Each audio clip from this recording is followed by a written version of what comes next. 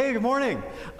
So glad you guys are here, and it was really nice to get to chat with some of you and hear about your experience at church. And I hope we'll have more time to talk about that, like during lunch, with your church and what vocals are like at your church and what you'd like to experience more at church, and what the challenges are that come up. Because like later on after lunch, I'll share with you some of my, and it's all in that packet. It's like the outline is just all there. I'm just going to talk through those points, things that have been really helpful for me on a Sunday morning, leading up to a Sunday morning, during a rehearsal before Sunday morning, that just like enable people to feel equipped, to feel like they can do a good job on a Sunday morning. I was just talking to Jana, and Jana was sharing that sometimes she doesn't feel like she's doing a good job on a Sunday. You know, she'd like to sing in harmony somewhere, and that feeling, I know that feeling coming off of the pulpit, the stage, and feeling like, okay, I can sing, I guess, sort of.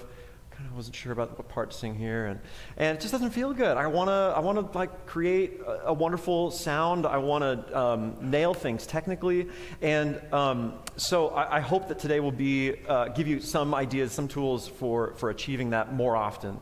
Because we have an opportunity to do like really wonderful things up here, particularly with vocals, with leading. I like to tell my choir back at home that they're part of the welcome team. They're one of the faces that you see up here after you walk in, and they're inviting people to sing, and particularly with a choir, they're the people, they're the group. They're not the professional with a microphone. They're the group, and it's sort of inviting for other people to join in. And then if they're doing things well and we've prepared well, then there's harmonies, and then the people in the audience can hear it. And sometimes the guy on the mic or the gal on the mic has like a really good singer, and they're singing in a range that's a little bit like, it sounds wonderful and it's worshipful, but it's maybe hard to participate in. And then you get to hear a harmony that's like, oh, I can sing that. That's in my range. And then I also get to add to this awesome sound that's happening with voices all together. And it's just wonderful. And then the other really great opportunity about singing together is that we get the opportunity to submit to one another. We get the opportunity to actually live out some Christian ideas of serving one another, obviously serving the congregation, but I get to serve the persons sitting next to me. I get to try to match their vowel. I get to try to blend with them. I'm not going to overpower them. And at the same time, I also want to contribute. So I don't want to show up on a Sunday morning totally unprepared and just kind of ride on someone else's coattails. I really want to be there to contribute.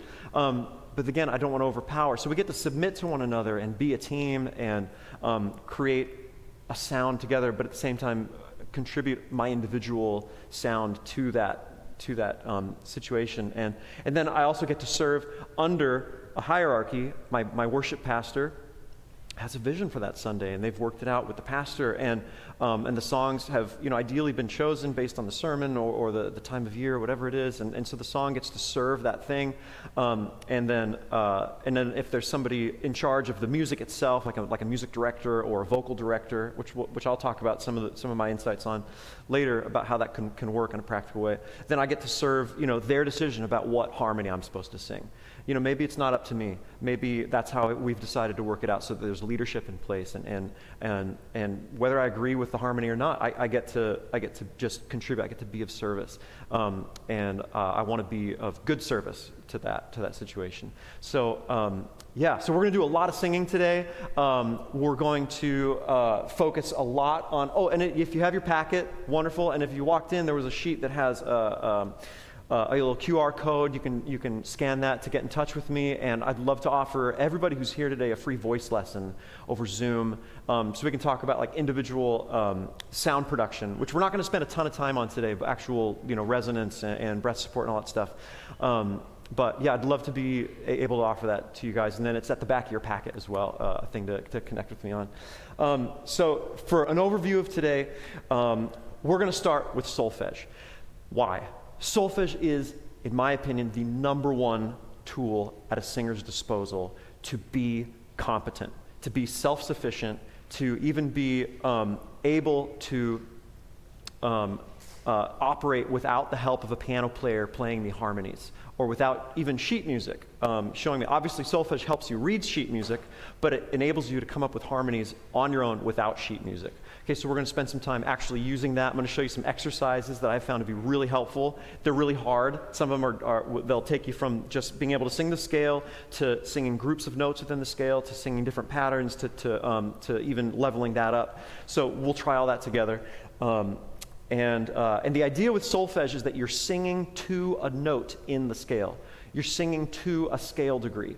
So you can hear whatever key you're in, you should be able to find home.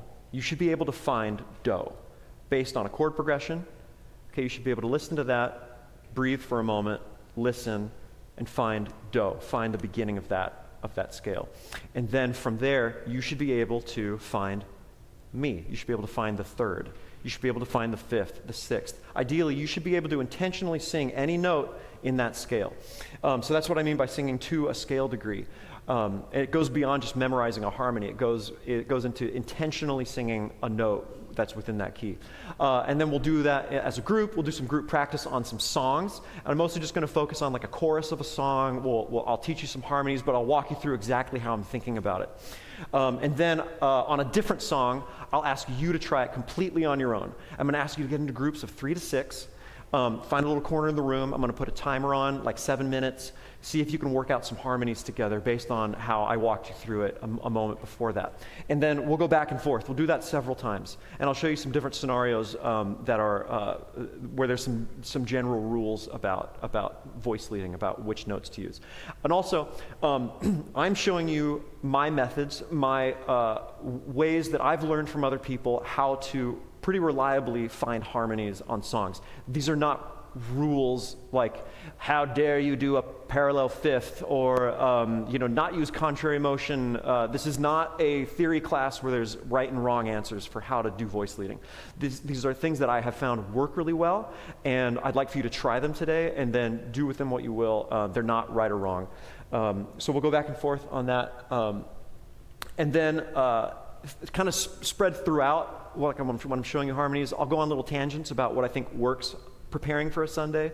As a leader, how you can facilitate, enable people who are volunteering to sing on a Sunday to do well on their own. And then at the end, like I said, I have that outline. It's already in there. You can look it over, but I'll talk through that in detail towards the end. So that at the end of a Sunday, your singers can have smiles, and everyone can feel wonderful by the end of it. Can you see your teacher up there? He's, anyone spot him? He's right here.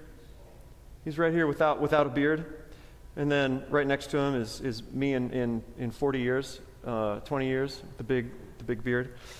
These are lots of smiling faces. We have a really good time, and there's this guy back here. He loves a cappella groups. He's a big fan of the pentatonics.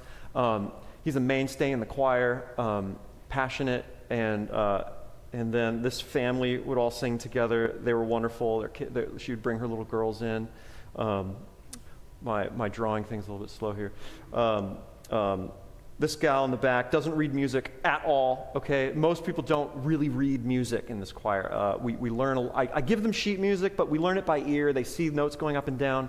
But she was in a rock band in Chicago before she moved out to LA. And these are just every one of these people that I get to sing with, they just love to worship, but they love to use their voices, and they love to sing in harmony and feel those chords lock in together. And it's just so gratifying when that happens, just on a purely musical level. And then we're doing that to the glory of God. And people who are doing it in a secular realm, they're doing it, I believe, it's glorifying God, period. Because it's a gift that God has given us, and whether they recognize it or not, but we get to do it with that fully in mind.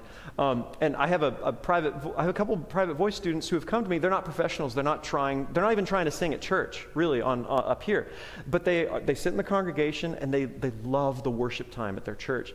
They want to fully participate in the worship, and they have some baggage in their background about singing, and maybe they were like, it was sort of made fun of in a certain way, or they were told they have this problem or that problem, and so they have this trepidation in like fully engaging in just worshiping God and just making a holy noise on a Sunday morning. So they've come to me just to like work on their voices, just to worship God more freely.